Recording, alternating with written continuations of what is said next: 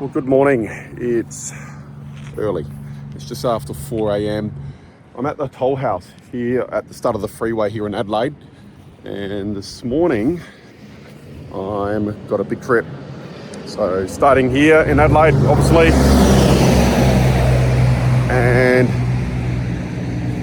heading off to Hobart.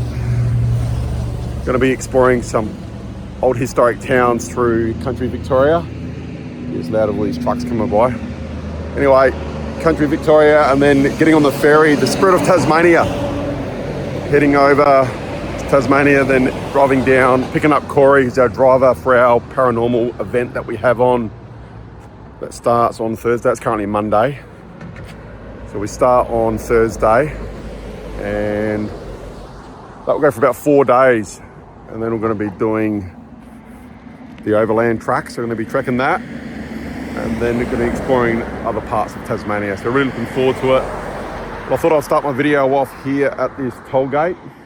So just having a bit of a look. I mean, I grew up in Adelaide and always seen this place, but I've never actually come here and actually touched this building.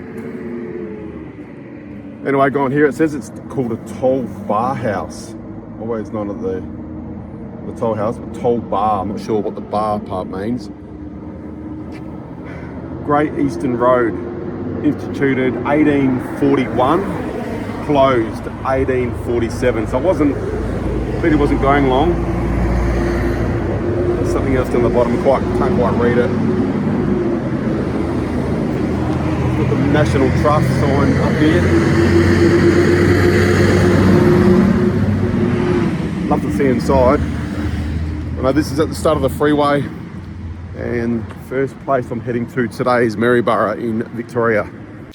Okay, just stopping for a break. Just gone 8 o'clock. 5 past 8. And this is the Serviceton rest area. Just crossed the border. The border is pretty much just by that sign. I'm on the Victorian side. On my Adelaide to Canberra trip, if you've watched that one, I was sitting over there and I was showing the South Australian Victorian border, which is right over there. You can see that little shed sort of thing area over there. Well, that's zoomed in, isn't it? Look at my finger. Yeah, right out there. At the moment, sun's coming up, but this is a good little spot. I normally do sit on the other side, as I did on that Canberra trip. I rarely come to this side. Only once before. I got all these little sheds. Plenty of space. Looks like someone spent the night here in the van. And actually not far from here. So heading that way. This is Victoria, this side, South Australia just behind me on the border. Just up here further, turn right. Oh, I can't remember, maybe 4, 5, 6 Ks off the main highway. You got the Serviceton railway station. It's the historic Serviceton railway station, and that place is really cool. I've still never been inside, and it's something I've always wanted to do. So at some point, I do need to contact someone ever who's in charge and get access to it. Allegedly it's haunted, so I do want to check it out. That's Serviceton railway station. Anyway, back on the road. Okay, just got to Nhill, Victoria, and just saw a sign for a historic RAAF base. So I thought I'd drop in and have a quick look. And it still seems to have planes that use the runways here. You can see Nhill, World War II RAAF training base, 1941 to 46. The Royal Australian Air Force established the No. 2 Air Navigation School on this site in 1941. The facility was primarily used to train pilots in night navigation skills. An air armament and gas school was established at the base, with a practice bombing range established south of Nhill in what is now part of the Little Desert National Park. There's some walks over there you can do as well. I was just checking out. before. Following the escalation of World War II, this base also became the operational training unit and later home to the number 97 Squadron Reserve. More than 10,000 Air Force personnel trained here and many laid down their lives in distant fields to protect our land. 3 main types of aircraft were used at this training base: Avro, Anson, WWII and Tiger Moth. Restored examples of these planes are on display at Nhill Aviation Heritage Centre. You can sort of get an idea of what the base would have been like. As far as where I'm standing now, I have no idea, but no perspective of that. Looks like some of the lines, perhaps where the men and women lived. There's a plane, not sure which one that is. I don't know much about planes. Actually, I know nothing about planes. Okay, this could be a little bit better. Then and now. Following the end of World War II, the RAAF closed the training base and the site returned to the operating as a civil aerodrome. Training base buildings have been relocated or deconstructed after the base closed, but footings and information can be explored along the heritage site walk. Restored training aircraft, photographs and extensive history of aviation in Nhill are on display at Nhill Aviation Heritage Centre. The centre also holds a rare, fully restored link trainer used as part of the night navigation training during World War II. Okay, so here we go. We're there. So I've just driven down that road, come in. I'm standing right here. Okay, so I'm guessing that red line is that heritage site walk. I might go check that out. This is today's map. So that would, so that's the old map. You can see all the buildings. And now, it's pretty non-existent, isn't it? And that's where we are. So I'm just going to drive down, I'll check it out. See what we can find. Very interesting. Actually looks like it's a camping site now, just going by the signs here. Okay, seems like it's free, just a donation is welcome if you want to camp here. It's always good to know. Okay, so I've just parked my car, which is only a couple hundred metres from where the sign was at the main entrance. So this is the Nhill Aviation Heritage Centre, currently closed. Opens at 10. Wow. There's someone in there, looks like they're working down the back there.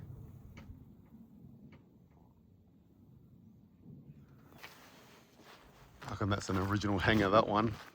How old that looks. Okay, here's the heritage walk again. That's the same maps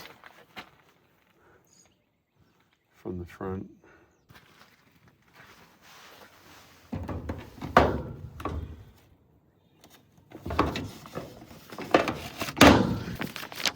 Okay, cool. This will give us all the idea, and then on the other side should have what it is. Perfect. Let's have a quick look around. There's a bomb. After the closure of the Nhill RAAF base in 1946, unused munitions were disposed of the Little Desert.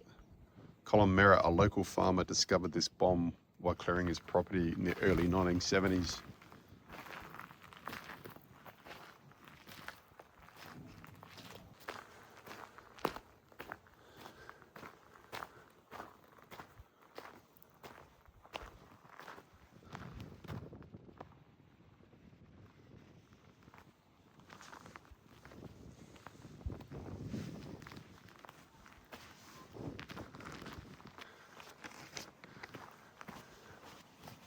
Mast and matting.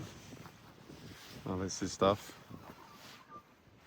Mast and matting, also known as pierced steel planking, is an interlocking perforated steel plate developed by the US military during World War II. It was engineered and rapidly laid down temporary all-weather runways, airstrips, and roadways on soft or muddy terrain. It gets its name from Marston, North Carolina, adjacent to Camp Mackle, where the matting was first tested in 1941. It was used mostly in the Pacific Theatre and later used heavily during the Korean and Vietnam Wars. Each plank was 10 foot long and 15 inch wide, and they weighted 66 to 70 pounds, which is 30 kilos. They were stamped with 87 flange Swiss cheese holes, which decreased the weight, allowed rainwater drainage, and improved tyre traction. The edges featured hooks and slots, allowing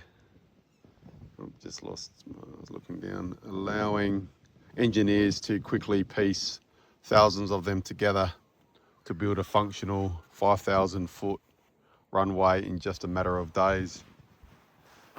You can see that's the bits they're talking about. Clips onto the next one.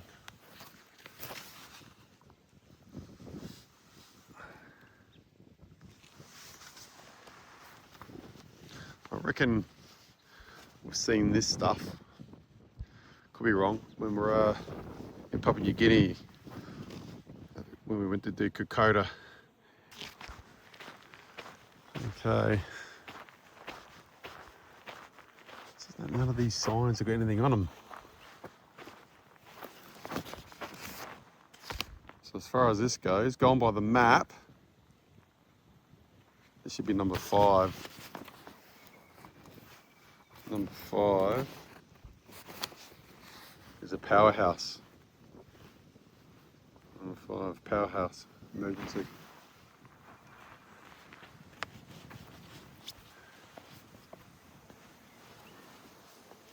Yeah, not sure.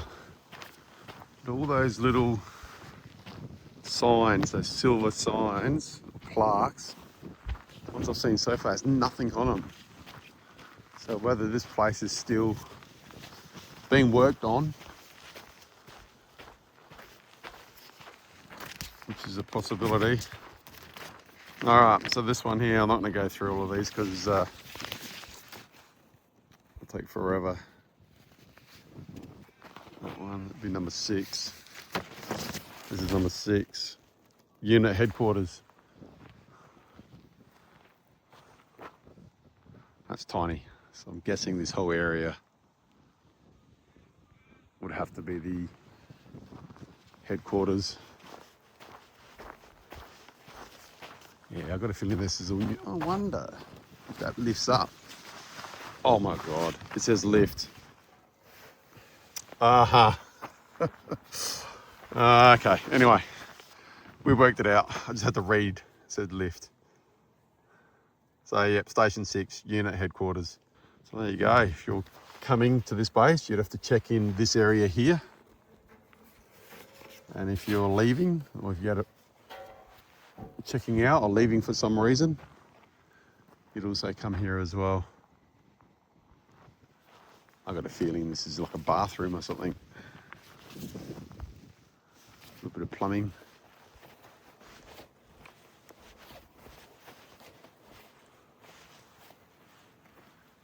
There's really not much here. So I've just walked down from where the unit headquarters is, right there. So just down here. And this is the meteorological hut, radio room and gymnasium. There you go, all these buildings here would have been just here.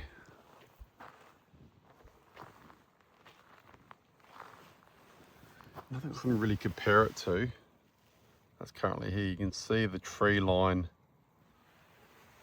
through here, which I'm guessing would be that tree line through there.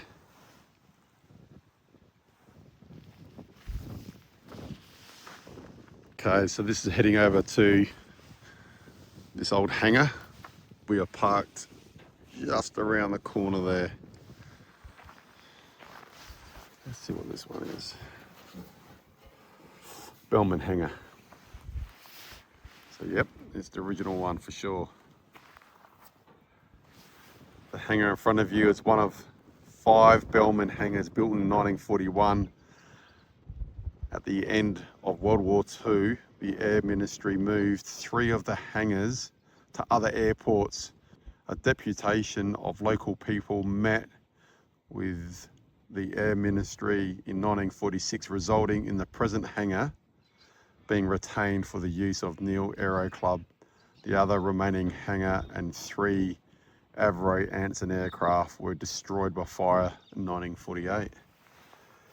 So there you go. So if you look at the detail of this hangar, you got those crossbars. You can certainly see that's in there. These first 4. Maybe these first 4.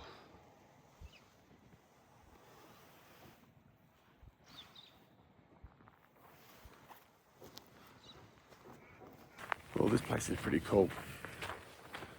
It's unfortunate there's not much left. It's really just this hangar behind me, which is the one that was built in 1941. I think they mentioned there was about 5 of them, but they were destroyed by fire in around 48.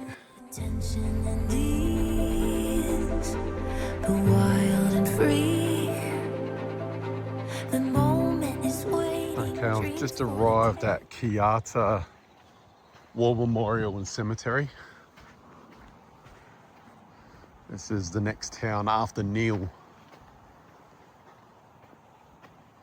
Kiata, pretty sure that's how you pronounce it.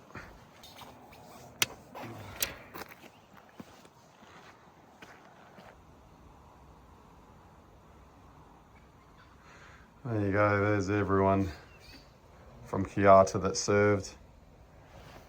Gives you an idea. Okay, it's like the key. A, abroad. K, killed in action. A, mower. DS, died on service. WD, wounded and discharged. ED, enlisted and discharged. And V, volunteered. Gee, look at the volunteers. Look at them all. That's World War I. 1914 to 18. World War II, 39 to 45.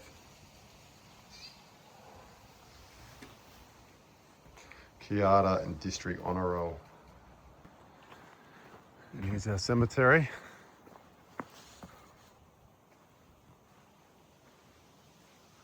Look at the moss all over that one. It needs a good clean. That one's even worse. Can't even read that one.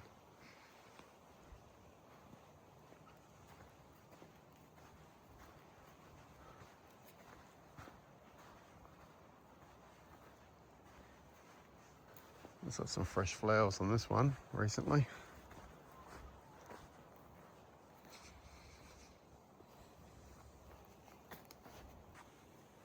Looks very recent.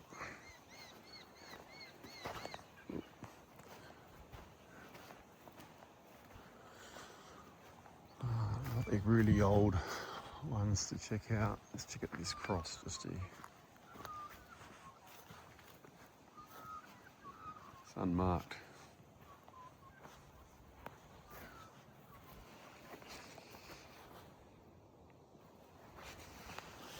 Plot 28, I'd imagine that 28 means.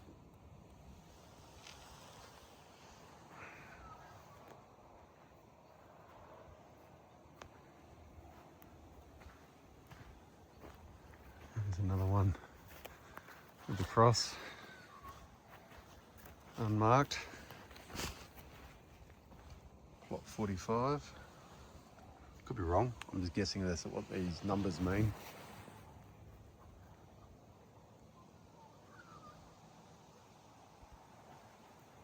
Another unmarked, 29. Harold, 1910. 4th of January 1910, died at birth. Percy, same day. Oh, born same day. Okay, so I wonder if they're twins.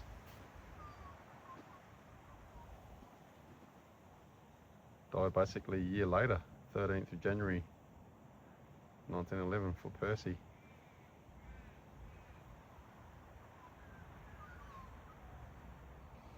A little bit dizzy.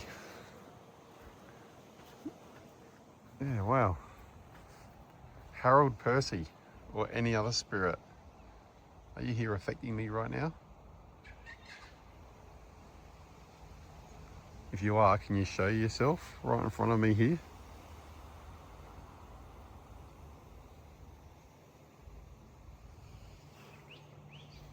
Just while I was reading out that, I got affected. It just felt really dizzy and lightheaded.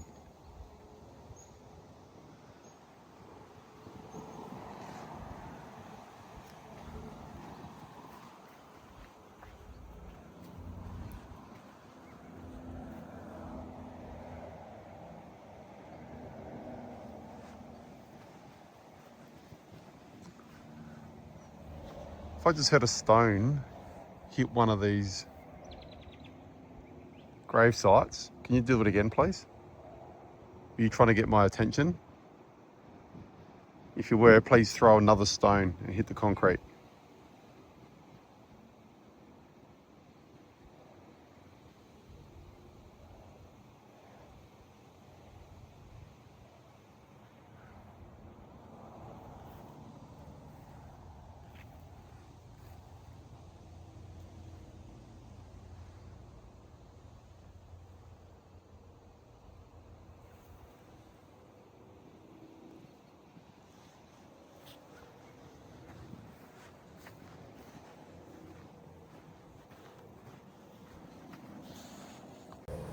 Well, that was a little bit strange. Just as I was reading out those kids' names on that side, the one that died at birth, another one died about a year later, which I'm guessing are twins, I started going a little bit dizzy, just like really like a vertigo sort of feel. And then it went away. And then while I was trying to call out if there was a spirit there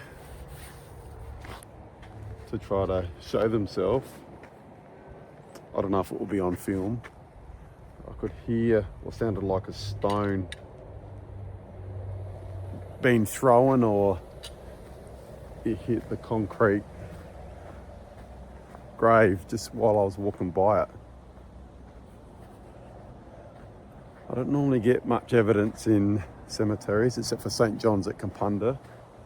Otherwise, I don't really get anything. So it'd be interesting when I play this back and check it out later.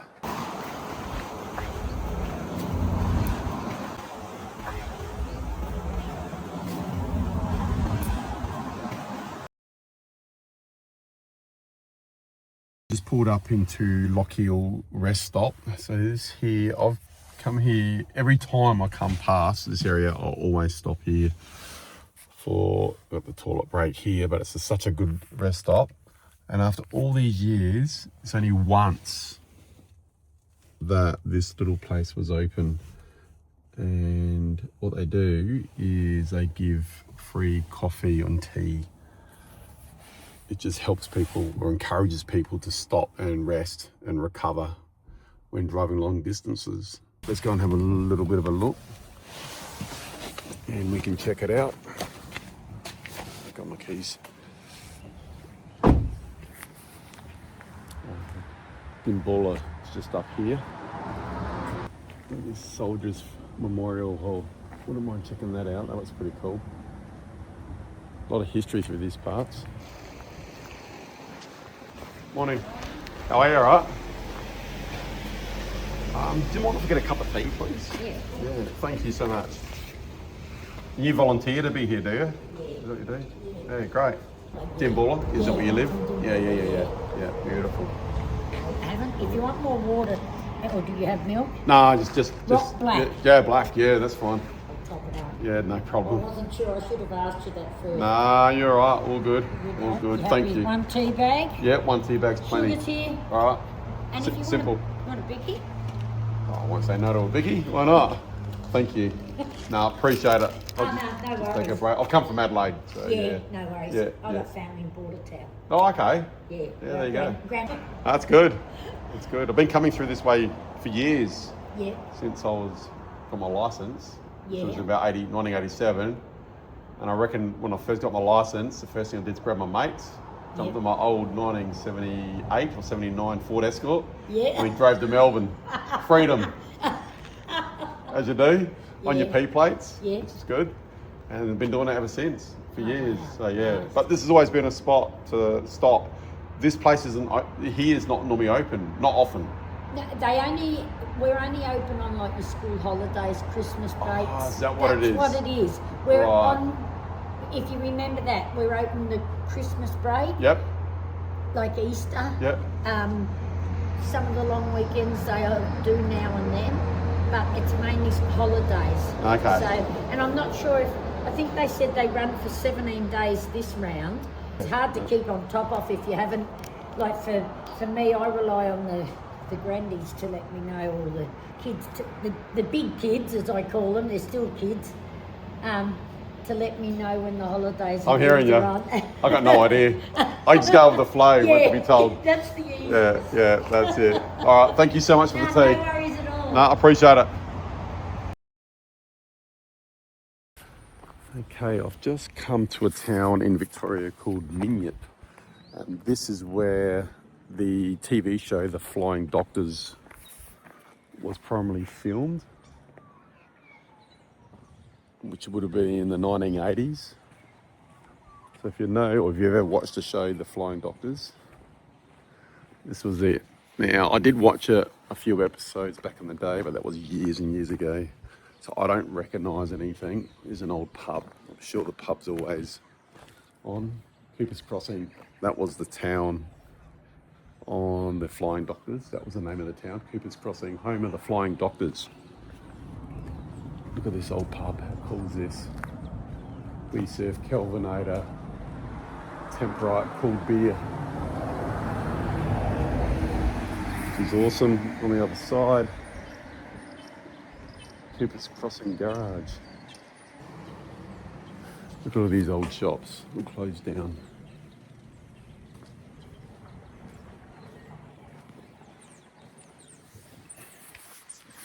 Over there, the Royal Flying Doctor Service.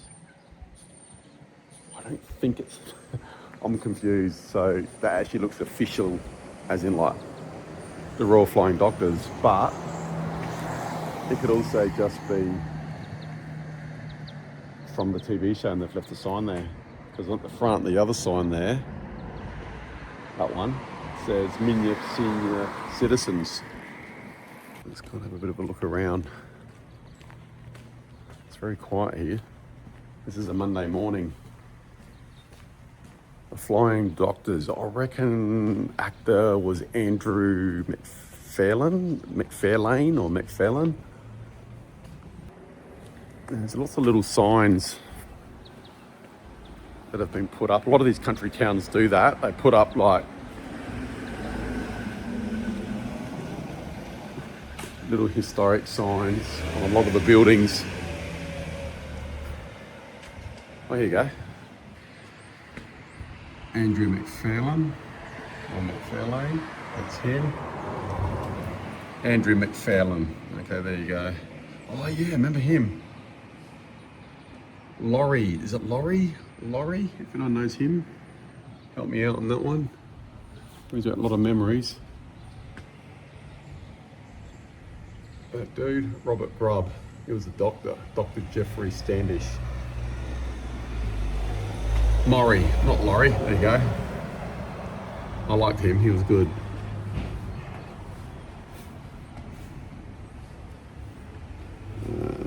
Rebecca Gibney, there you go, she was young there.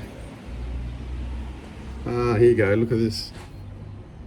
That's right, so Murray, he ran the pub, I reckon. And that's the pub we just walked by. And there's the garage across the street. Okay, this is all making sense. And that would have been the actual office, the Flying Doctors office back over there. That yellow building. Called that brings it back. There he is at the front, Murray Fields. He played Vic Buckley. There's the saloon bar. I'm gonna see if I can find that door. Checking this old building. Still got the old bank card on there. Financial year 1976 to 1977. Member of the Wimmera Regional Tourist Authority. Wow, how old's that? That's cool. British paint. So yeah, oh yeah, it looks like it was a, oh, it says, what's it say? Grocery, hardware, motor, radio and electrical supplies. Wow, look how old this is. Look at these old shelves. So here's the Flying Doctor Service building. So this was definitely on the show. Oh, here you go. It's got a lot of information here. Crawford Productions in 1984 chose Minyip for the filming of the TV miniseries, The Flying Doctors. Minyip became Cooper's Crossing, an Australian outback town and headquarters for the Royal Flying Doctor Service during the filming of 3 series. Buildings in the main street took on a new names and appearance.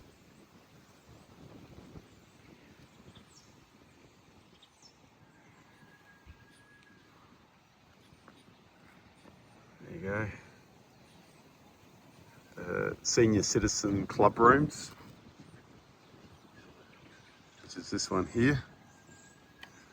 The Senior Citizens became the hub of the filming of the TV series The Flying Doctors, produced by Crawford Films Productions. It was the Flying Doctors base at Cooper's Crossing. That flag would have been in front of that plaque. We'll go and check it out.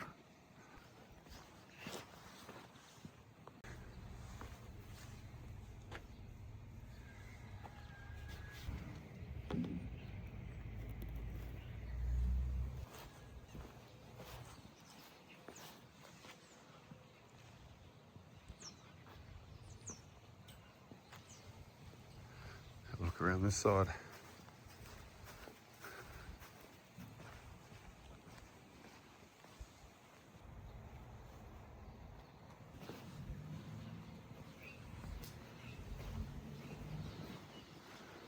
This is all closed.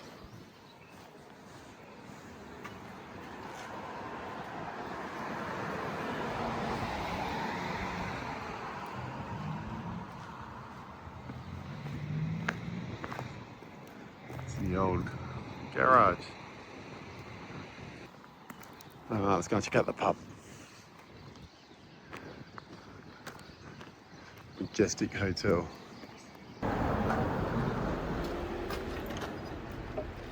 It's locked. This is in St. Arnaud. There's the Aussie flag up the top. There's a beautiful town hall. Look at the detail of those soldiers up there.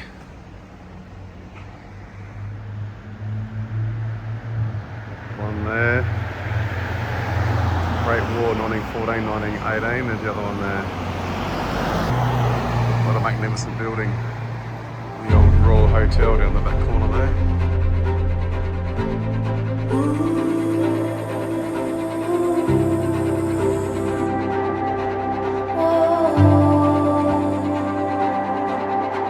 The love and the lies, the calm and the chaos. Adventure is waiting, dreams for the taking, it's all in view. The tension and ease, the wild and free. The moment is waiting, dreams for the taking.